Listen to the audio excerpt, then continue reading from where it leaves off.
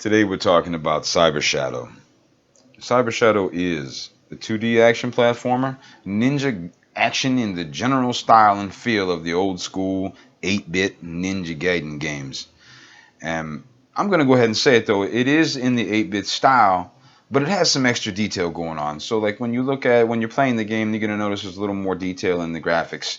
You're going to notice that there's a little more going on the screen than there would have been probably with any 8-bit system, let's say that. But no matter what generation you feel that the look comes from of the graphics are great. If you like this old school style of stuff, the graphics are great, no doubt. Now, the control is fine. It's no complaint. It doesn't take a lot to really control this game around this kind of game. So they've got it. They hit it right on the nail. And you start off this game. I'm not going to go deep into the story, but you start off this game and you're told that you're on borrowed time.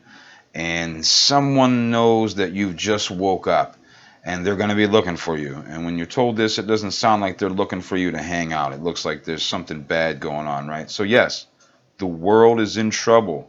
And it's your job to save it. Is this storyline revolutionary? Is it going to push anything forward? No. But does it work? Absolutely. It absolutely gives you a reason out here to go out here and start doing what you can see on the screen now. Now, you start with a couple of basic moves, really, when you start the game out, to get you around the maps and to get you to be able to take out the enemies.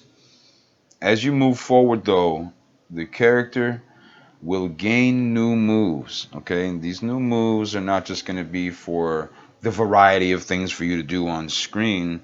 They will add a challenge in specific spots. There's no doubt about it. And if you play the game long enough, you'll see some of these moves. I don't have a lot of this or any of this really in this video. This is the first 2 chapters is all you're seeing in this video, so that there are no spoilers on anything visually or gameplay wise at all. Anyway, the game required me to take a little time through each level.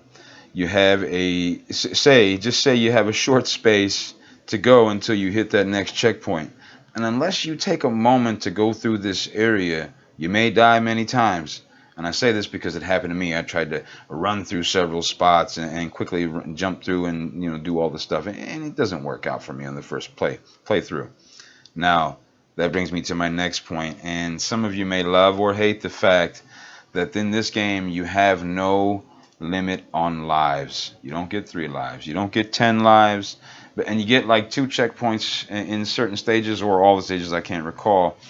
So you get checkpoints and you have no life limit. Some of you may not like that fact, because I know there are those who really want to just have 3 lives and go through it. But for me, that didn't take away the fun factor. So after going through the game once, I can see people doing speed runs if they enjoy the game enough, because once you learn the game, that is the game. So for me, the end game is this is an 8-bit action platformer 2D. It plays, feels, and looks better than any 8-bit game. It has nice control. It's non-stop action, and it has a challenge.